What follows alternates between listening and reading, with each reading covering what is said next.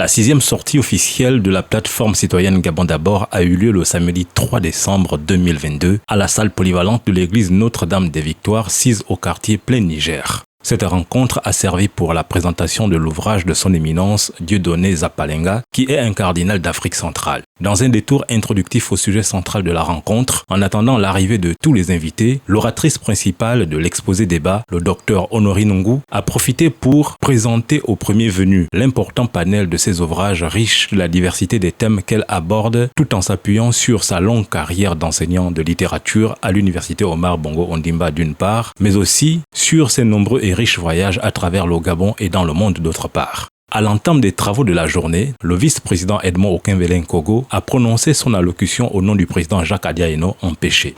Alors, comme nous le faisons depuis que Gabon d'abord a été créé, nous sommes ici aujourd'hui pour notre 6e sortie officielle de la plateforme citoyenne et patriotique Gabon d'abord. Je voulais d'abord, au nom du président Jacques Adiaeno, empêcher, parce qu'il a voyagé hier matin, vous remercier d'avoir sacrifié de votre temps ce matin pour venir honorer de votre présence cette cérémonie. Il y a bien sûr des gens que nous avons l'habitude de voir. Il y a Richard, mon petit frère Moulumba, qui est souvent là. Et nous avons aussi aujourd'hui des personnes, des ministres de Dieu, notamment le représentant de il ne faut pas que j'écorche. Alors, vous pouvez me rappeler un peu De l'Alliance. Voilà, le représentant du président de l'Alliance chrétienne du Gabon, qui est, comme vous le connaissez, qui est surtout au sud au Gabon et puis surtout à l'est hier, un peu partout. Donc, le pasteur... Alors, on va mettre l'honorable. Mettez-vous à côté de votre frère. Donc, le représentant du pasteur Philbert, du révérend pasteur Philbert Mbagné est là. Nous avons aussi le représentant du curé, je crois, de Saint-Michel. Hein? Pardon? Sainte-Monique. De Sainte-Monique qui est là aussi. Et puis, je ne peux pas passer sous silence la présence du doyen, un des doyens politiques du Gabon, que tout le monde connaît. Je crois que je n'ai pas besoin de présenter notre doyen, Martin Ezozomela, qui fait ce combat depuis et qui a aussi une autre casquette, c'est que c'est quelqu'un qui a milité longtemps, qui travaille toujours avec l'église protestante. Je voulais qu'il se lève et que vous l'applaudissez parce que c'est le plus âgé.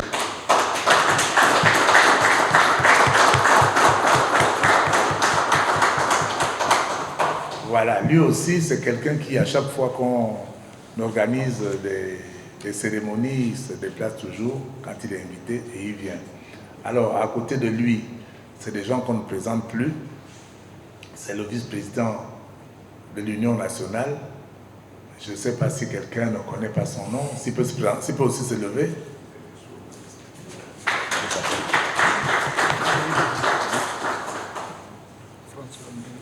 Est-ce que quelqu'un connaît son nom dans la salle? C'est François, son prénom. Et Ondoïdou. Comme disait Chambrier hier, nous sommes de la famille, parce qu'il a épousé ma soeur. Donc ils ont fait des enfants. Alors, et tout de suite, celui qui vient d'arriver dans la salle, c'est l'honorable Nzigou Mafumbi. Bonne aventure. S'il peut se lever aussi, pour qu'on l'applaudisse aussi. Lui et moi, on a une histoire commune qui est longue. Parce que depuis la mairie, où il était président de son syndicat, et on est allé au Conseil économique et social ensemble, et j'ai l'impression que nos routes sont maintenant en train de se retrouver encore avec Gabon d'abord et l'opposition. Donc on se retrouve. Alors, je sais qu'en derrière, il y a mon petit frère qui est, on peut appeler ça le passe-président du RPG, comme je ne le vois pas bien. C'est mon petit frère. Lève-toi, comme ça on va te voir un peu. C'est Muzanga. C'est mon petit frère.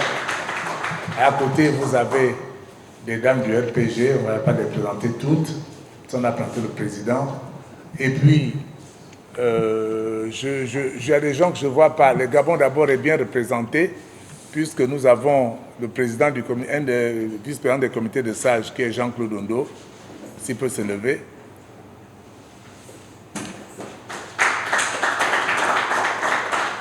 Et Jean-Roland Bibanqui à sa droite, qui est le chargé de la logistique. C'est lui qui a organisé cette cérémonie du point de vue logistique, les tables, tout ça là. Et à gauche, Bamba Jean, s'il peut se lever aussi. Les gens de Gabon d'abord, c'est grâce à eux que nous sommes là. Alors, j'essaie de citer tout le monde. Je m'excuse parce que je n'ai pas demandé au premier de se lever. Il y a d'autres dames qui sont là. Bon, j'oublie les noms. Vraiment, elle est arrivée parmi la première. Si vous pouvez vous lever pour qu'on vous voie. Juste derrière. Oui, oui, vous. Voilà, oui, oui. Pour qu'on vous voyez un peu, vous étiez parmi la première dans la salle. Applaudissez pour elle. Après, toutes les autres dames, allez, je vais arrêter là. C'était juste pour prendre un peu de temps. Alors, je vous présente aussi celle qui nous a amenés ici aujourd'hui. Madame Ngou, qui va venir prendre la place tout à l'heure, après qu'on ait démarré. Si elle peut se lever pour que vous l'applaudissiez. Et son cher et tendre époux, elle a écrit un livre qui m'énerve, parce que son époux, c'est mon grand frère. Et vous l'avez dû le lire là-bas. Sur les hommes. Pas sur les hommes, je ne sais pas. Moi, j'ai pensé qu'il écrivait pour mon grand frère. Sur les hommes. Mon mari, mon salaud. Vous vous imaginez? Le micro ne passe pas. Continue. Alors, donc, si son mari aussi peut se lever, parce qu'il soutient beaucoup sa femme. Voilà. Et nous n'avons pas beaucoup de femmes. Il y a une qui est derrière toi. Si elle peut se lever, qu'on applaudisse aussi pour elle, si tu ne connais pas le nom. Je crois que je n'ai pas oublié Raymond Yi. Elle, c'est une depuis, si elle peut se lever aussi.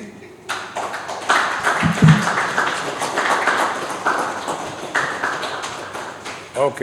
Alors, comme on a présenté toutes les femmes, on va prendre les deux de RPG, elles vont se lever ensemble. Enlevez-vous toutes les deux du RPG. Applaudissez pour elles. Ok. Je crois que le décor est planté. Nous allons, comme d'habitude, commencer notre cérémonie avec une prière.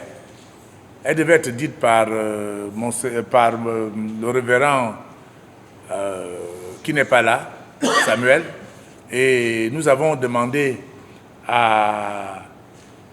il n'est pas encore curé, mais il travaille beaucoup pour l'Église et surtout pour l'Église Notre-Dame des Victoires. Il va passer tout à l'heure au pupitre. Je voulais demander à Youn Hans de venir au pupitre et nous faire la prière. Il dira si on l'a fait assis ou debout. Et on va commencer nos cérémonies, c'est toujours comme ça.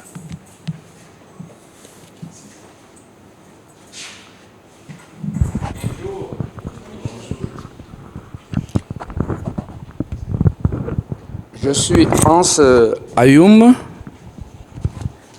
laïc claretin, mais homme politique. Bien, nous allons disposer nos cœurs pour rendre gloire à Dieu. Et je vous prie de bien vous lever, s'il vous plaît.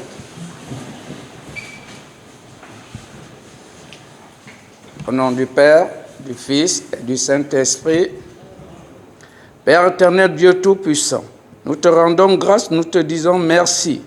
Merci pour ce rassemblement. Merci pour le partage et les échanges de qualité que nous allons recevoir. Mais nous ne pouvons le faire sans la présence de ton Esprit Saint. C'est pourquoi nous souhaitons que ton Esprit Saint vienne remplir et combler les cœurs qui sont en détresse. Nous te demandons de mesurer le problème et de nous donner la force, le courage de supporter quelles que soient les épreuves. Nous ne te le demandons pas parce que nous le méritons, mais pour l'amour de ton Fils, notre Roi Seigneur Jésus-Christ. Amen.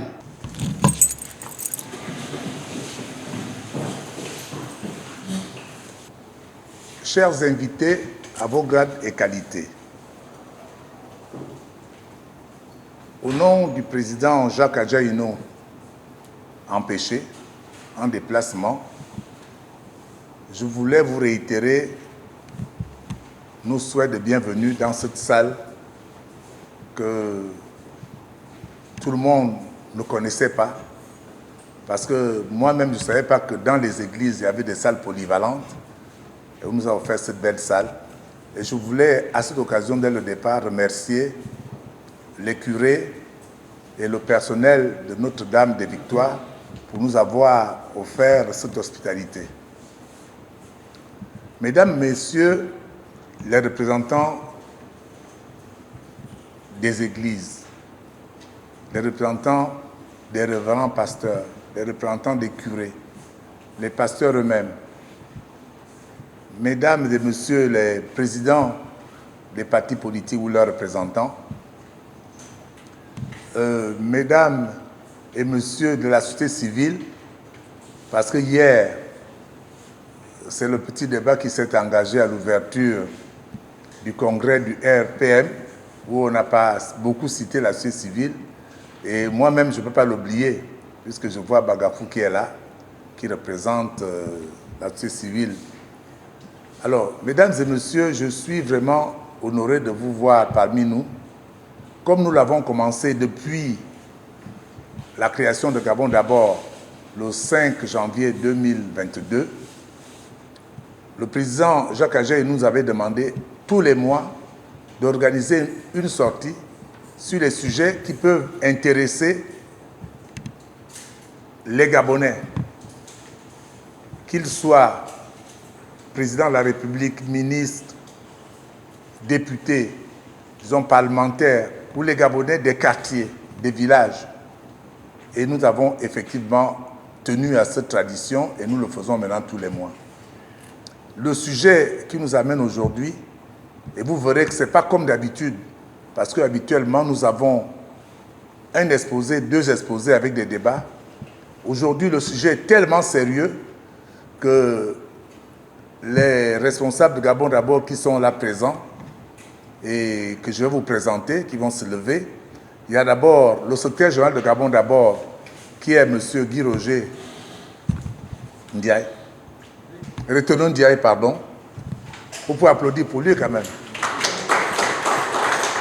Il vient de Port-Gentil, ce n'est pas quelqu'un qui est ici, il est venu spécialement pour cette cérémonie.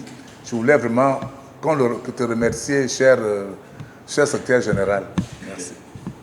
Alors, vous avez à côté de lui Marie-Auguste Nguembi, s'il peut se lever aussi, qui est le président du comité stratégique, celui qui fait tout ce qu'il faut pour que les grandes visions du directoire soient traduites en actes. Et bien sûr, moi-même, votre serviteur, qui suis vice-président de Gabon d'abord, et surtout chargé, je suis le président du comité de pilotage. C'est moi qui suis là, sur le terrain, en train de me battre. C'est pourquoi souvent, vous me voyez, c'est mon rôle dans la Gabon d'abord. Alors, l'acte aujourd'hui est vraiment spécial. On n'a pas l'habitude parce qu'on n'a pas voulu encombrer cette présentation par beaucoup de choses qui vont nous perdre l'esprit. Mais on a souhaité qu'on vous remette avec le programme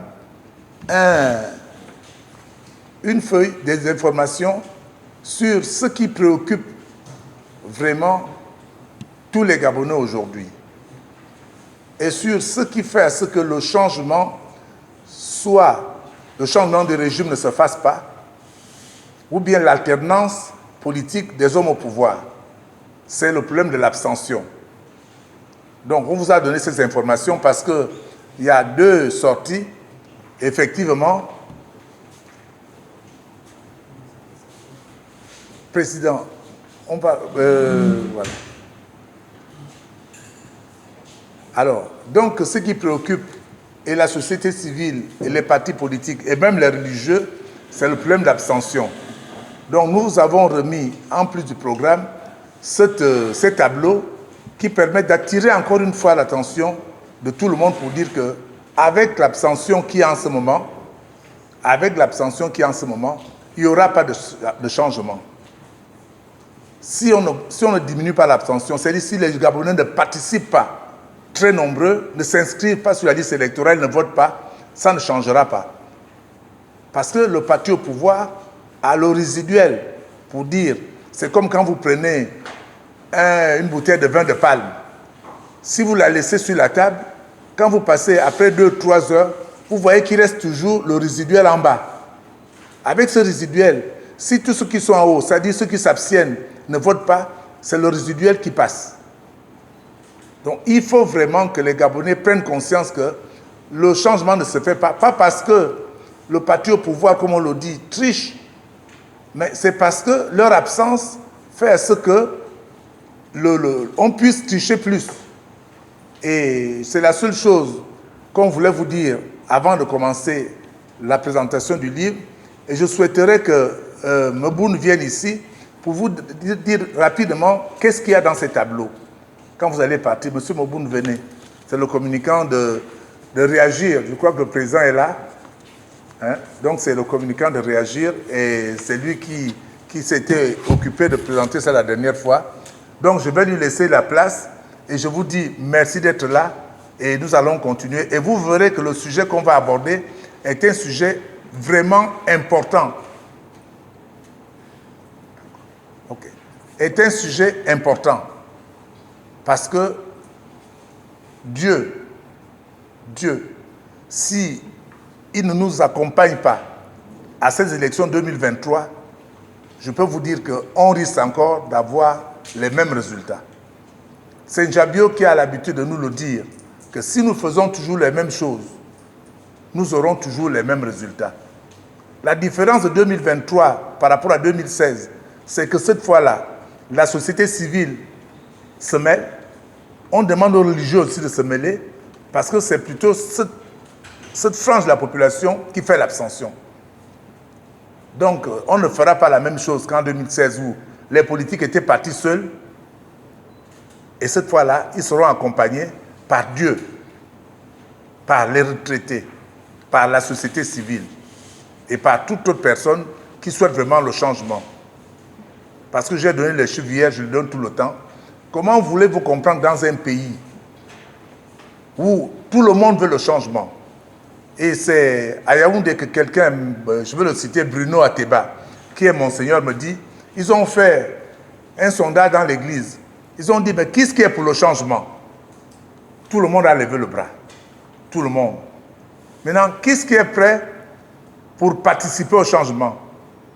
Pour agir pour le changement? Toute l'église, il n'y avait plus le bras levé. Donc, le vrai problème, il est là. Je crois que si Dieu ne se mêle pas, si les gens d'église, je les regarde bien, et je les remercie d'être venus, vous ne vous mêlez pas de ça, le pays ne va pas changer. Vous allez continuer à gérer les chrétiens qui sont dans la misère, alors que le pays est énormément riche. Et je donne toujours un chiffre. Entre 60 et maintenant, en 1960, nous avions 12 milliards de budget. Le gouvernement avait 12 milliards de budget, l'État. On n'était que 400 000 habitants. Vous divisez, ça fait 30 000 francs par habitant et par an. Dans les années 2000, le gouvernement aujourd'hui a 3 000 milliards de budget. On pense même maintenant qu'on va passer à 3 600 milliards. Et nous ne sommes que 1 800 000. Si vous divisez 3 000 milliards divisé par 1 800 000, vous trouvez 1 450 000 par habitant et par an. Vous divisez 1 450 000 par habitant et par an par 30 000 de 1960, vous trouverez que le Gabon est plus riche 54 fois par rapport à 60.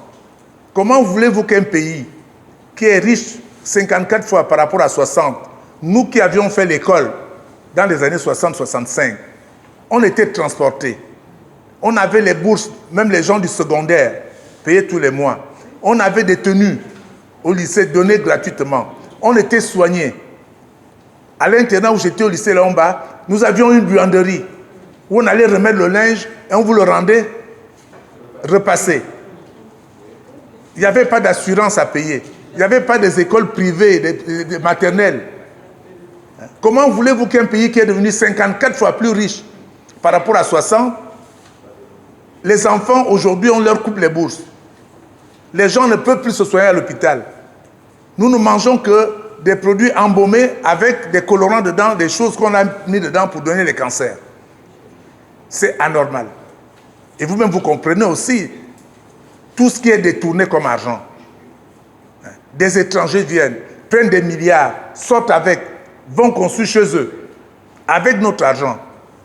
Donc ce que nous disons, c'est que les Gabonais doivent se lever pour aller arracher leur argent. Ce n'est pas ceux qui veulent qui viendront vous réveiller. C'est vous-même à prendre conscience que c'est votre argent. C'est Dieu qui a voulu que vous soyez riches. C'est pourquoi j'interpelle encore les églises pour leur dire que vous avez un rôle important. Et l'exposé qui va se faire tout à l'heure va peut-être encore vous montrer une autre voie.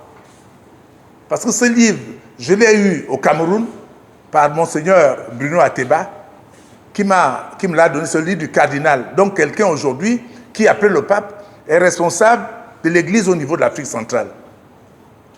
Dieudonné Zapalenga, c'est le cardinal de l'Afrique centrale. Il a écrit un livre. Et vous verrez comment il a fait dans son pays pour rendre ce pays, pour amener la paix.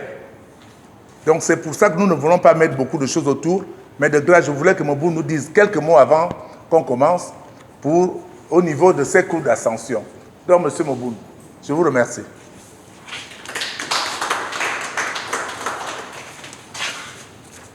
Merci, Monsieur le Président. Bonjour à tous, du moins rebonjour. Je vais essayer d'être bref, juste pour commenter l'ensemble des camemberts sur le langage technique que nous avons devant nous, s'agissant précisément de la fonction. Alors, comme le disait le président Okonvele, nous sommes confrontés à un problème aujourd'hui. C'est celui d'observer que depuis le retour au multipartisme en 90,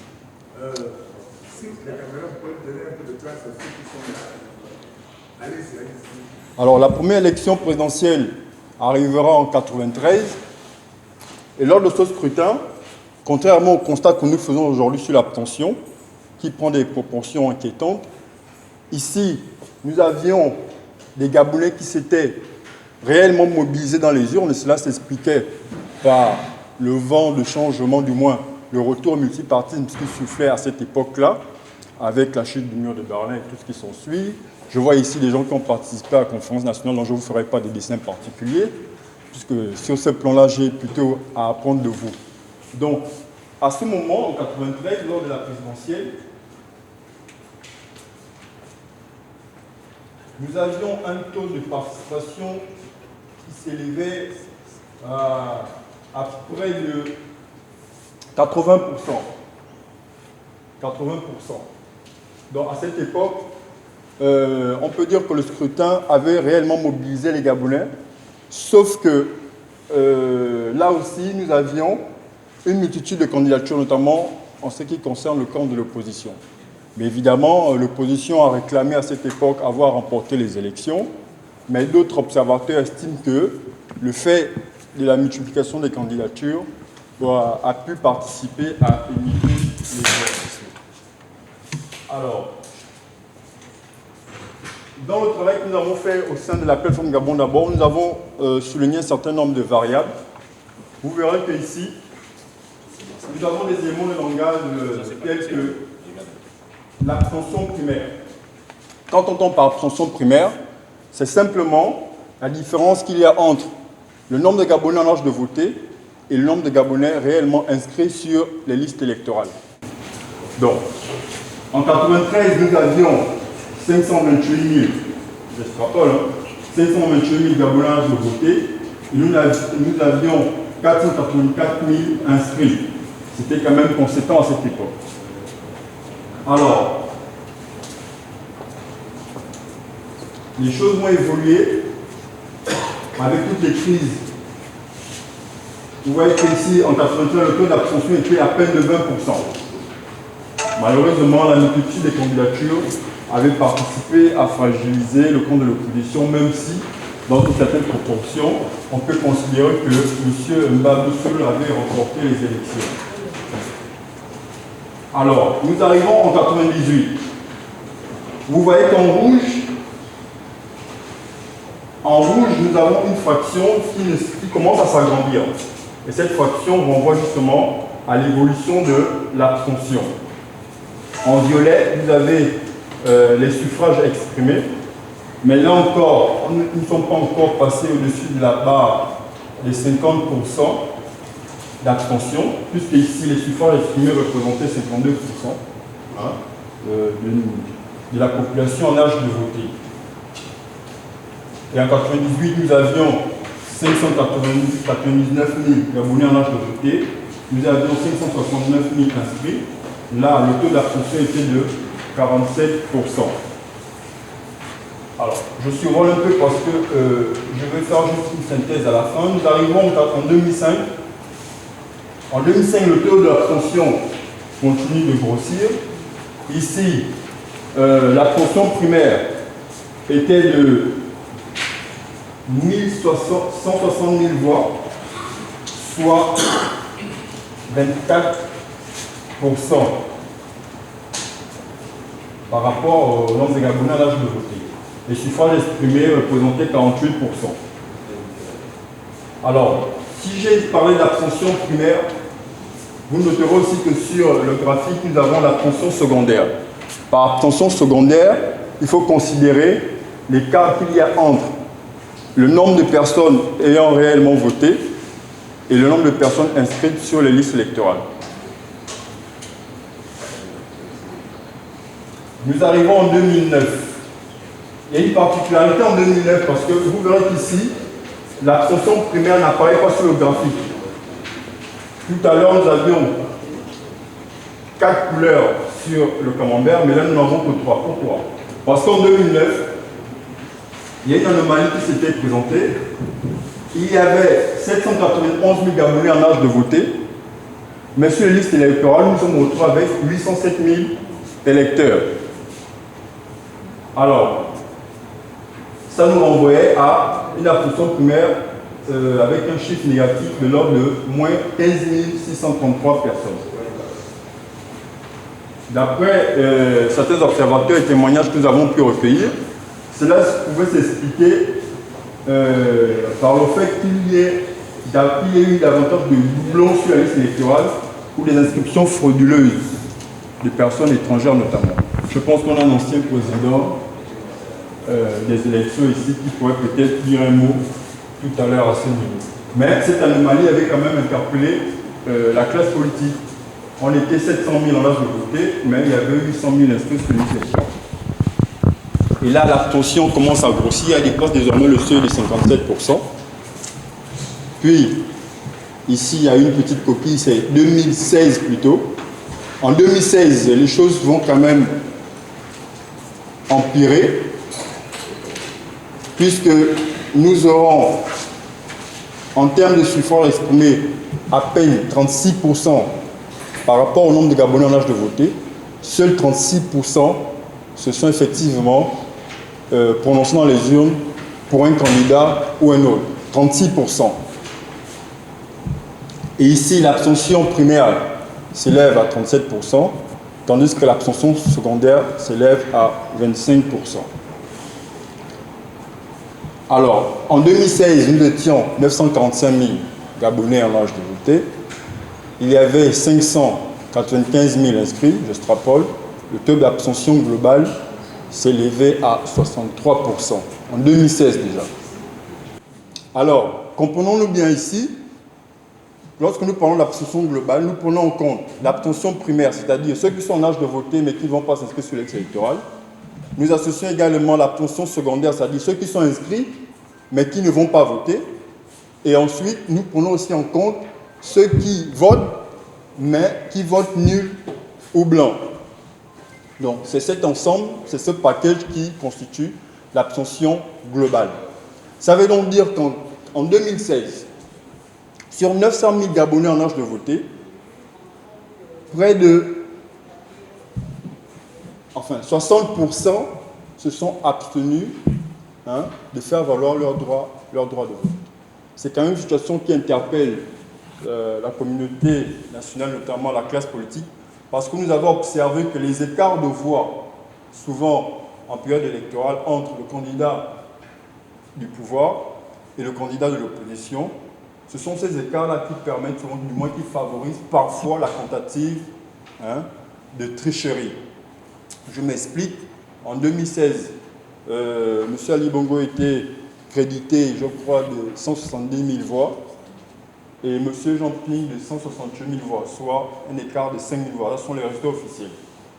Alors, dans la seule province de l'Est-Tuaire, où nous avons un collège électoral de 260 000 personnes, seuls 126 000 se sont rendus dans les urnes. 126 000. Et sur ces 126 000, M. Jean Ping, officiellement, a été crédité de 71 000 voix. Donc, c'est un problème qui interpelle la classe politique dans son ensemble, parce que hier encore, nous assistions à l'ouverture du congrès ordinaire du RPM. L'opposition est revenue sur les mémorandums adressés au gouvernement. Et je vois mon aîné ici, de l'ARENA, M. Moulomba, qui a bien rappelé l'éventualité d'une non-prise en compte des mémorandums. Dans ce cas, qu'est-ce qu'il faudra alors faire? Moi, je pense, pas moi, mais le Gabon d'abord, pense qu'il faudra massivement s'inscrire sur les listes électorales. D'abord, voter massivement et ensuite sécuriser notre vote. Les dernières choses, parce que je ne vais pas mobiliser la parole, lorsque nous allons demain sensibiliser nos compatriotes, nous devrions faire attention sur un élément de langage. C'est celui de nous exprimer sur les suffrages exprimés. Et non plus sur les pourcentages. Parce que lorsque nous mettons en avant les pourcentages, nous livrons un message qui est parfois trompeur et déroutant pour les Gabonais. Parce que lorsqu'un Gabonais vous dit oui, mais nous on a voté en 2016, M. Jean Ping a récolté 60%, on a fait ce qu'il faut, donc le problème ce n'est pas les lecteurs. C'est une lecture qu'il faut nuancer désormais. Comme je l'ai dit tout à l'heure, ne serait-ce que dans la province de l'Est-Tuaire, oui, M. Jean Ping a été crédité de 68% des suffrages exprimés. Mais cela ne renvoie qu'à 71 000 voix sur un collège électoral de 260 000 électeurs.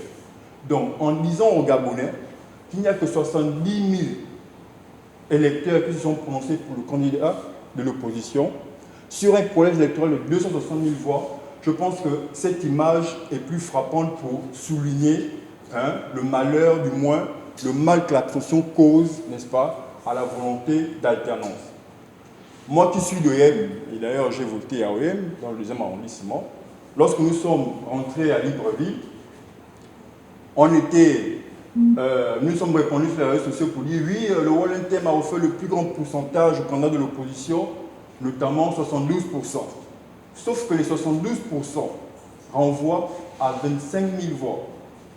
Vous voyez que si on s'arrête au pourcentage, dans l'esprit, M. Jean Ping a eu 68%. En faisant une lecture uniquement sur les pourcentages, oui, les gens du Wallentem auront tendance à dire qu'ils ont été les plus mobilisés, alors que dans les urnes, les 72% du Wallentem ne renvoient qu'à 25 000 voix, tandis que les 68% de l'Est-Tuaire renvoient à 71 000 voix. Donc, il serait bien dorénavant, lorsque nous nous adressons à nos compatriotes, de mettre un accent particulier sur le nombre de suffrages en termes de voix exprimées, pour que chacun prenne bien conscience de la différence qu'il y a entre le nombre de Gabonais en âge de voter et la réalité du nombre de voix que nous déposons effectivement dans les urnes. C'est de façon très brève le message que j'avais à passer et j'espère qu'on se retrouvera d'autres occasions puisque je serai dans la campagne de sensibilisation affectée à cet effet. Merci.